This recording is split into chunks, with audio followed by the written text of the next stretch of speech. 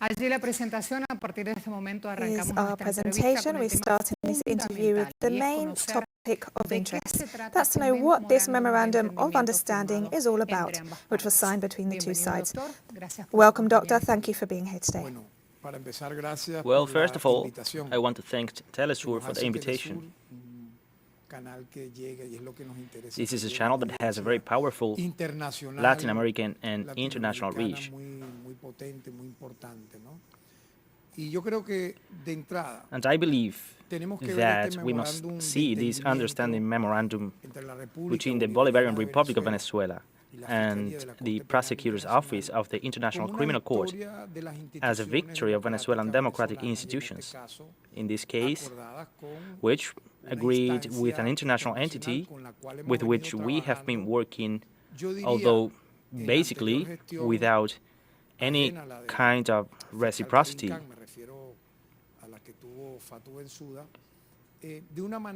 and almost unilaterally during Fatou Bensouda's term, which is... That's something that was stressed by President Maduro. Right. Today we hope that this work visit that has lasted for 4 days, if we consider that he arrived on Sunday and he had several meetings with the public ministry for more than 2 hours on Monday, we had the chance to explain what we have done domestically and to set some kind of distance with what was regrettably a failure attempt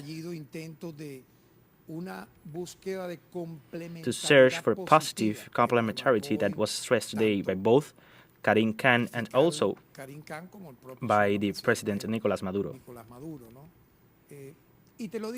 And I tell you this because based on the preliminary exam that should be reciprocal information, Venezuela offered enough information, 3,000 pages in almost 7 documents from Bensouda.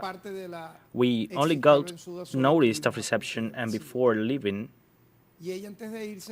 she decided to move on to the investigation stage. Now, that must be well explained because people do not quite understand it. And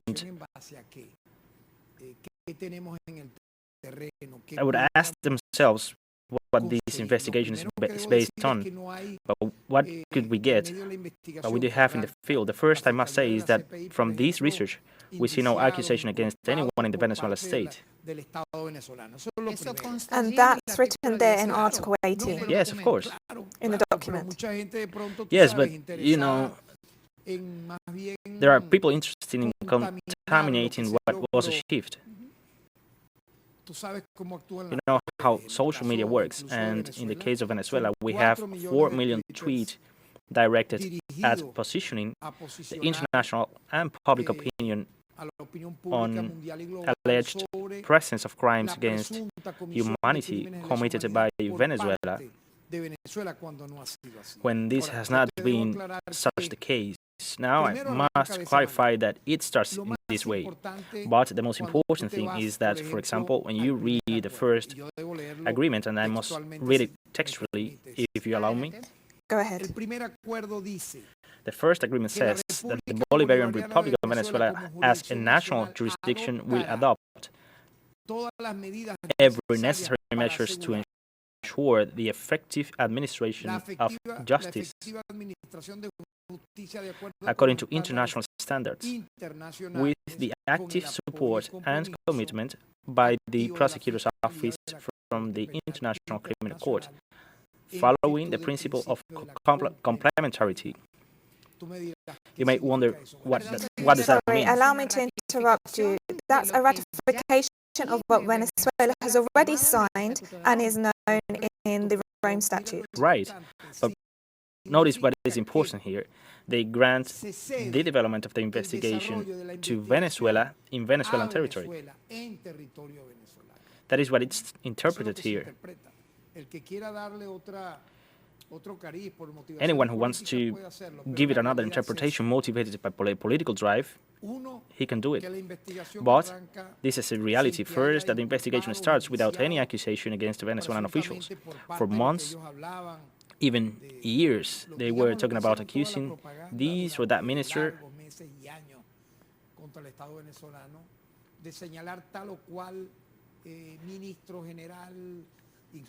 Even they even lied bitterly against the head of state.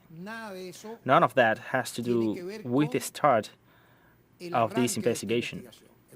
That's the first, I must say. There's no clear accusation, there's no definition.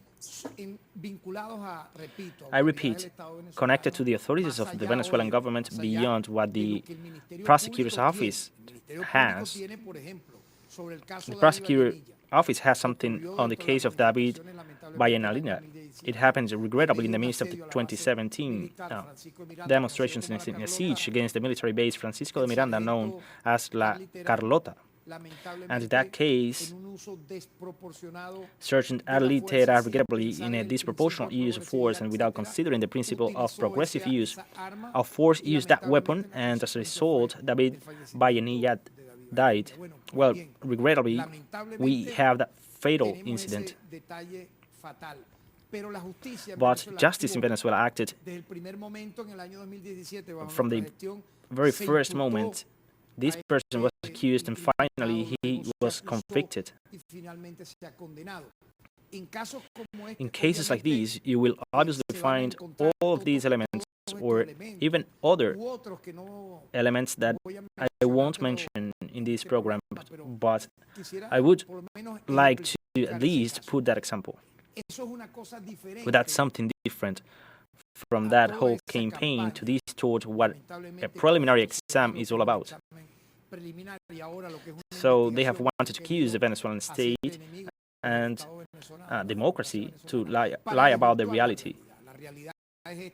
The reality is this one: we live a visit work, friendly meetings, very transparent, and based on those meetings, we reached that agreement. This memorandum of understanding, where I can tell you in a more colloquial Venezuelan language that he who does not owe anything does not fear anything.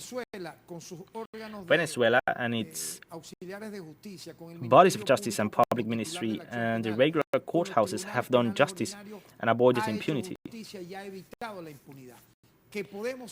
That we could move forward? Yes, of course. That we can do something else, that we could push that positive complementarity principle with the ICC support as stated in that first agreement? Yes, that's perfect, but with due respect between the sides and with the information required.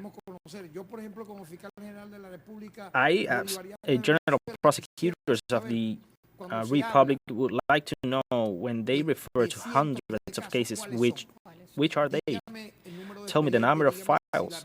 Tell me the number of files. Tell me whether the victim was accused in Venezuela or he tweeted in Colombia, if the victim effectively exists, and if so,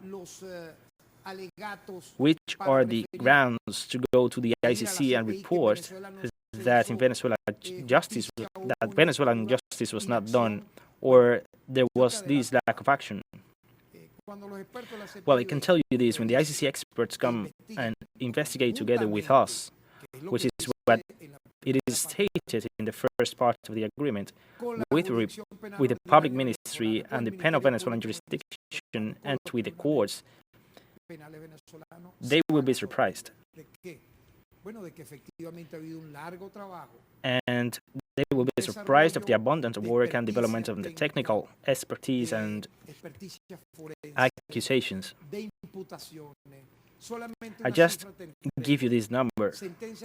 Firm sentences only after 2017 connected to violations of human rights well beyond the framework of the demonstrations, during these years. We have 188 sentences. What does that tell you? That is an example of a vital activity of the Venezuelan penal system, of the public ministry and the courts to punish those who separated from the path of law and violated human rights. I'm asking you for more data to support Maduro's statement that in Venezuela, the right to justice is guaranteed, and with that he understood that everything requiring improvement had to be improved, but on the basis of work that was already done. Well, look at the numbers I give you. Khan has said that he trusts the justice system in Venezuela and that it is established in the memorandum. He acknowledges the efforts, and that is within preliminary issues. The efforts by Venezuela to pass justice in cases of violations of human rights, but there is something important. Where will the investigation be carried out? Where do you think it will be carried out? Will it be at some equidistant location from the centers of the world power? No, it will be carried out in Venezuela on the basis of the files in Venezuela, the evidence in Venezuela, the investigations carried out by the Venezuelan Public Prosecutor's Office, the prosecutors of the Venezuelan Public Prosecutor's Office, where like I said, in fact, in the meeting we had with the prosecutor, we were able to show him while we were talking an area where there were more than 20 boxes full of files.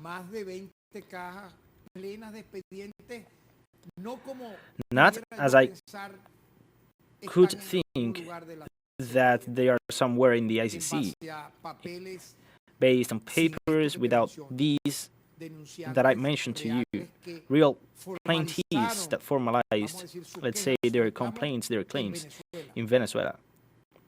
So far, what we have gathered from open sources, from where could much of this information have come from? Unfortunately, from highly politicized entities against the Venezuelan democracy. For example, Almagro/OAS, for example, the already dismantled Lima Group, but which played the unfortunate role of playing this game of making a complaint where there is no ground for it. According to our criteria, to what we have found out, even the visit I made on November the 5th to The Hague, when we talked with the prosecutor Fatou, we asked him for the principle of positive feedback. We invited her to Venezuela. She did not come. We asked for cooperation between both technical teams and in the middle of the preliminary examination. Something that did happen, by the way, with Colombia, 17 visits, among them 3 prosecutors, the 3 prosecutors that the ICC has had, and in Colombia the case is closed. However, Prosecutor Khan says that this action is not politically motivated. Perfect, but I'm speaking as a criminal lawyer with expertise in this field, as a human rights activist.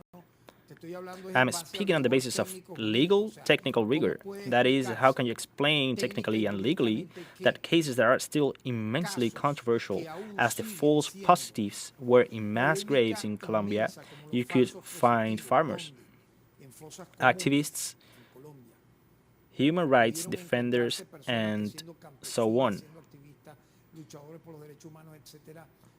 And they were described as alleged guerrilla members who died in combat, and it was not the case. I ask you. So they say there are more than 7,000 cases of that kind in Venezuela. We are not talking about anything even remotely comparable to the case examined by the ICC in Colombia.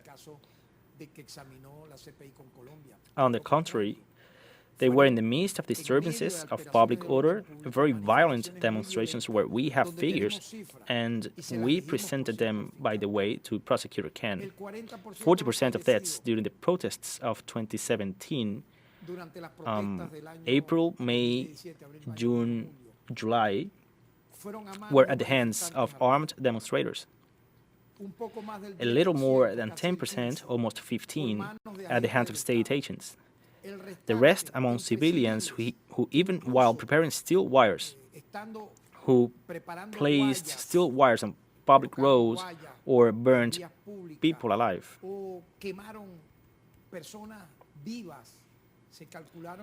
At the time, it was estimated that 20 people were victims of this practice, who were burnt alive by unidentified civilians. That is, it was an unfortunate situation that I have always described as a small civil war, what we experienced then, which unfortunately was stopped, paralyzed with the institutional action of the Venezuelan state calling for a constituent assembly to renew public order, public power, and from there even to appoint a new Attorney General of the Republic. I actually took that responsibility from August the 5th, 2017, to move forward in this process of bringing justice, to protect human rights, so that there will be no impunity. And I want to highlight the work of the Commission for Justice, truly. It is going to play an important role in the future as well. Why? Well, because this commission has had a lot to do through an organization that was created, where several political, judicial, and institutional actors take part. An incredible work not only to investigate, but also to promote releases to seek a civic meeting that culminates in what we are living today and what Venezuela will experience on November 21st, which is what perhaps many wanted to avoid, which is an important electoral moment where voting will be the key element, not firebombs, not bullets, or any other violent act. Therefore, so it's going to be up to us to follow this path. It has no ended. On the contrary, it is strengthened because the Venezuelan state, through its constitution, and I want to recall this, it is highly guided by principles and pragmatic in the defense of human rights, which compels you to permanently reform laws and make new laws in favor of human rights in the light of the 1999 Constitution. Sorry, I'm sorry to interrupt. You said it was guided by principles and programmatic. Can you explain these two concepts for those who are watching to understand these two concepts that are technical but are vital to know in the legal field? So I will explain these very quickly. Guided by principles, programmatic in terms of human rights, well, because we have a preamble in the Constitution that, talking about the importance of the strength of human rights, we have an Article 3 that talks about the constitutional guarantees and human rights, where it classifies in a unique way, I would say, in the Western Hemisphere, and sets an example in the world how civil, political, economic, social, cultural, environmental, and indigenous rights must be respected and protected. But at the same time, the final provisions tell the legislator in the National Assembly that he is also required to legislate on human rights. And that is why the law against torture is born from there,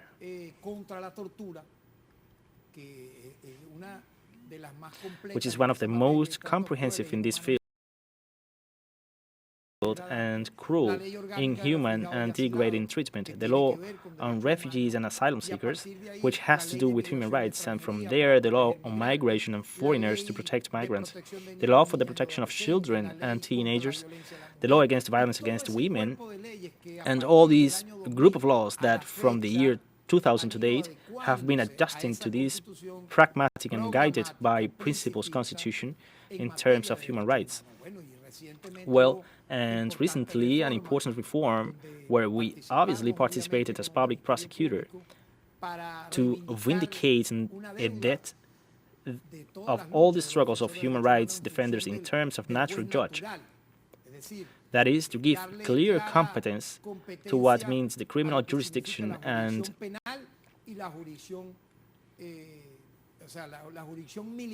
the military jurisdiction and the criminal jurisdiction. So apart from that, a law for the protection of the victims, very important reforms to the criminal code, where the investigation and protection of human rights are a priority. The Office for the Attention to Victims of Human Rights Violations, which is in the Public Prosecutor's Office, was also given a legal status.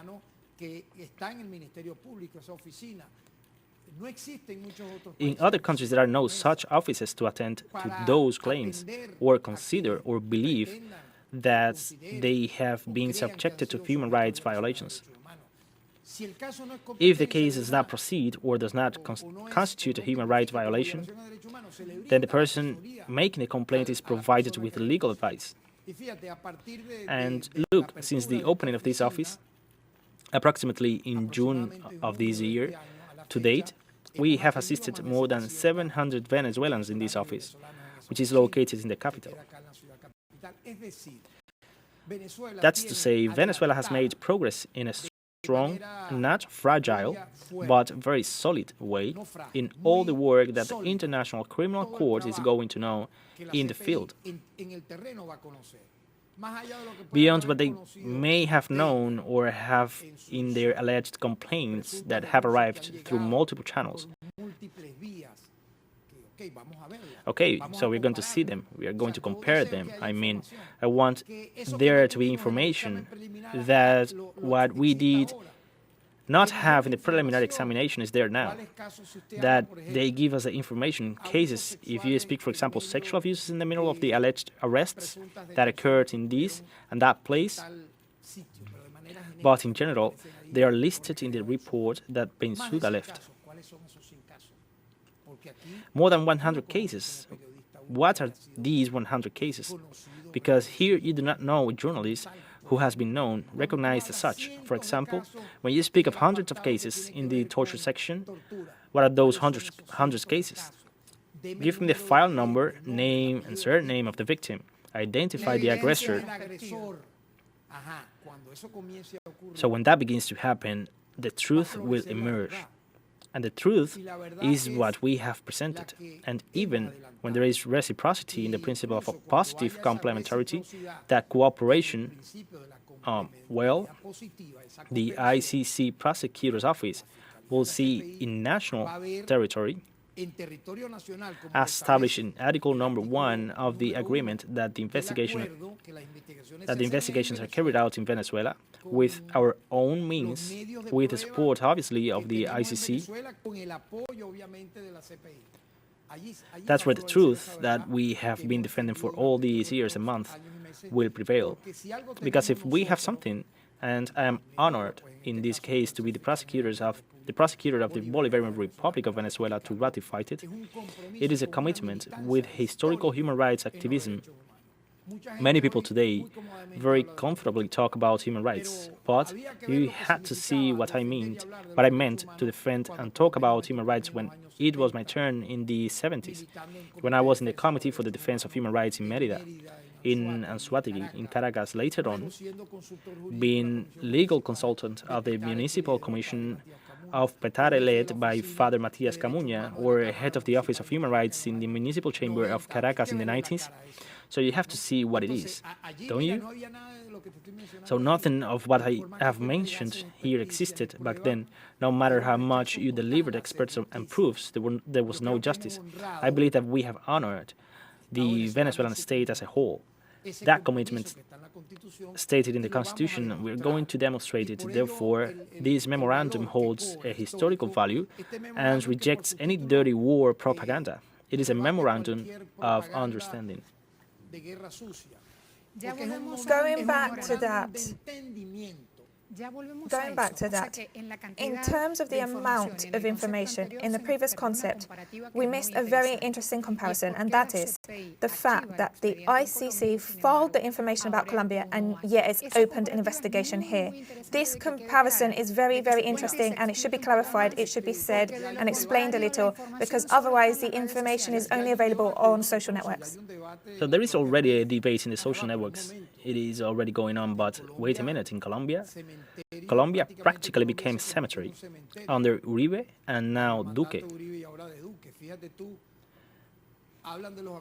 So they talk about peace agreements, pacification, and almost 1,500 ex-FARC combatants have been assassinated. Now, with Duque's government, in the midst of this preliminary examination, social activists, leaders, the number of massacres are no longer counted by months or years. They are counted by weeks. In other words, the proportion of massacres in the territory totally handed over to paramilitary groups, to illegal groups, but there the case was closed.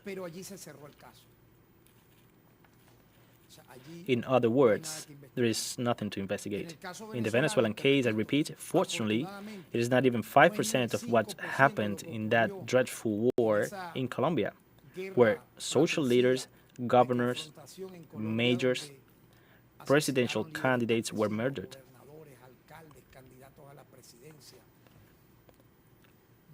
Venezuela had, as I pointed out, regrettable circumstances where officials deviated from the code of conduct for officials in charge of enforcing the law, but they have been punished. They have been brought to justice. If you ask me about any of these cases, well, known cases, any case you want to ask me about, any international journalist has done it. Today we gave an interview on those points. Justice has been done here.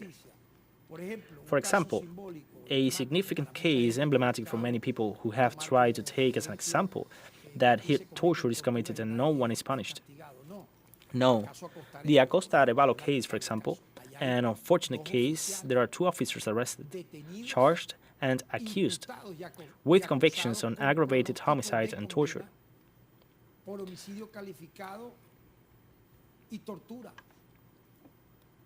I mean, what do those who oppose the Venezuelan government want or seek?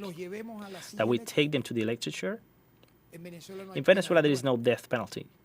Justice is done based on what is established in the Constitution and the law, and they have been punished with the maximum penalty.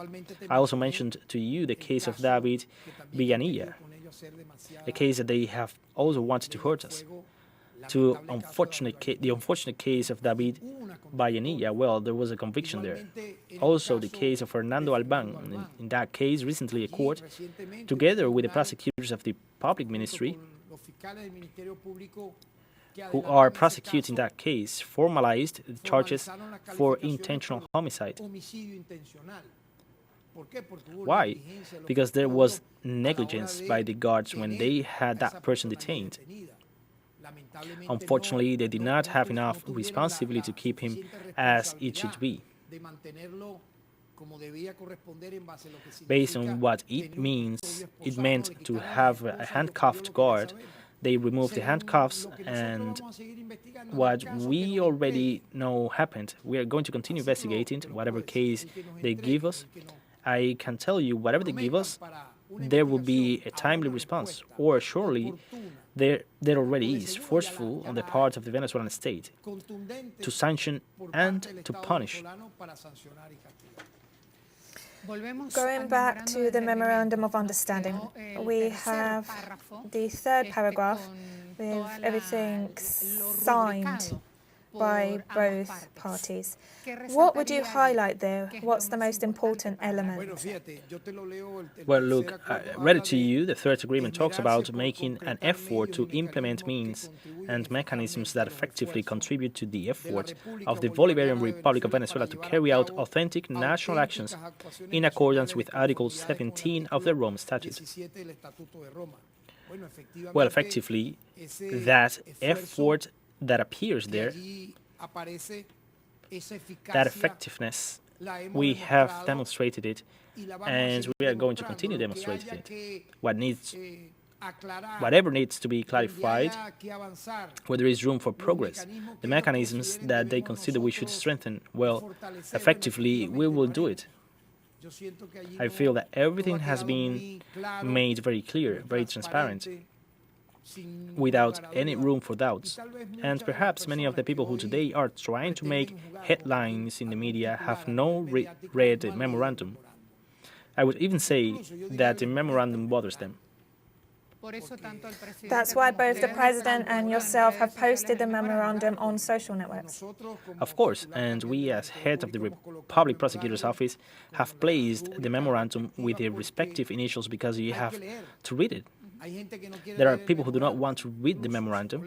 They even get upset and say, no, they should not have signed anything. I mean, imagine. That's vital, especially if we recall the support of the Bolivarian Republic of Venezuela, the mandate of the International Criminal Court, and considering that the serious crimes of concern to the international community should not go unpunished and that their effective prosecution should be guaranteed, including through the adoption of measures at the national level and the strengthening of international cooperation. We open the door to clarifying the facts and continuing to provide justice. Of course, and that is what we have to continue doing today.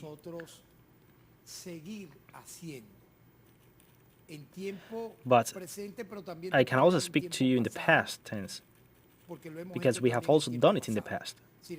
So this task does not begin with the signing of this memorandum. The Venezuelan justice system, the Venezuelan state, has made enormous progress in this task. Unlike what it meant, I say again, to deliver justice in cases of human rights violations in the 60s, 70s, 80s, 90s. For example, how could the massacre that took place on February 27th and 28th, 1st, 2nd and 3rd of March 1989 be defined? Where the army of Venezuela, launched by order of the President of the Republic at that time, Carlos Andrés Pérez, practically exterminated the population. Thousands. It is estimated that there were approximately 3,000 members of popular neighborhoods in the metropolitan area of Caracas were murdered. Many of them floated in the rivers. In the wider river, many of them, from Petare to beyond, unmarked common graves in La Peste cemetery. We worked on those cases, and one of the leaders of the complaint... Sorry, the Peste is an area in the general cemetery. That's the area where there are unmarked graves. They're not identified. So it was like that, and it was called like that because of the stench. And following the stench, it was discovered that there was a mass grave, because it was never totally verified, and how those corpses arrived there in garbage trucks. In trucks, those corpses that were first filed with bullets and were thrown there. What could I, based on this provision of the Rome Statute and the International Criminal Court, refer to? Hey, that there were war crimes there, you know? You know what I mean?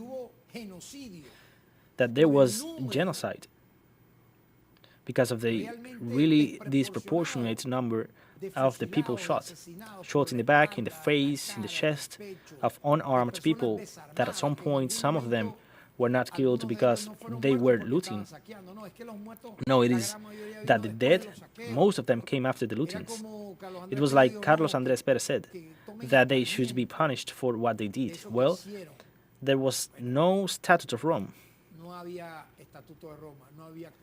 There was not International Criminal Court, but crimes related to human rights issues do not expire according to international laws. And many of those who today speak on human rights in this country, especially political actors, not only kept silent, not only silenced those facts, but at the time they justified and applauded them. And those who denounced all those facts were criminalized, persecuted, stigmatized, and more. So I have to make this historical reference because these differences are not only structural here. Whatever happens in any time or period since the signing of the 1999 Constitution and under another concept of social and rule of law, justice must and should always prevail against impunity.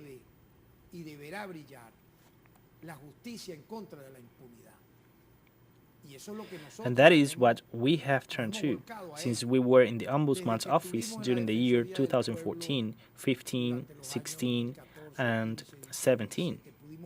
So we could see the joint work with the other institutions of the state to do justice. And now, as Attorney General, with more reason, because we are the holder of the criminal action to investigate and to punish, together with the courts and the auxiliary bodies of justice of the criminal system. So, this is the historical difference that I want to highlight to you, to your audience, your Latin American national and international audience, because we are not only willing to collaborate today, we have always done it. From the moment where we were in The Hague talking to former prosecutor Fatou Bensouda, we offered all these that I am mentioning now. We delivered reports detailing cases, updating cases, but unfortunately the response was silence, unilateralism, that is to say, on the Venezuelan side, delivering what was necessary, on the side of the ICC prosecutor's office, only acknowledgements of receipts. We hope that after signing this memorandum, and we trust this will be the case, things will change for the better, and the truth will be established. And sooner rather than later, this investigation will come to an end, because some people will believe, well, not that, sorry, many people talk about the ICC and have not read the Rome Statute. Many people talk about a preliminary examination, do not know the stages.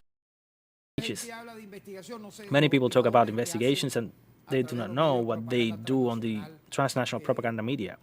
So let's put it like that. Propaganda about this, they do not know everything that we are talking about here. But I feel that at the end, the truth will prevail. Justice.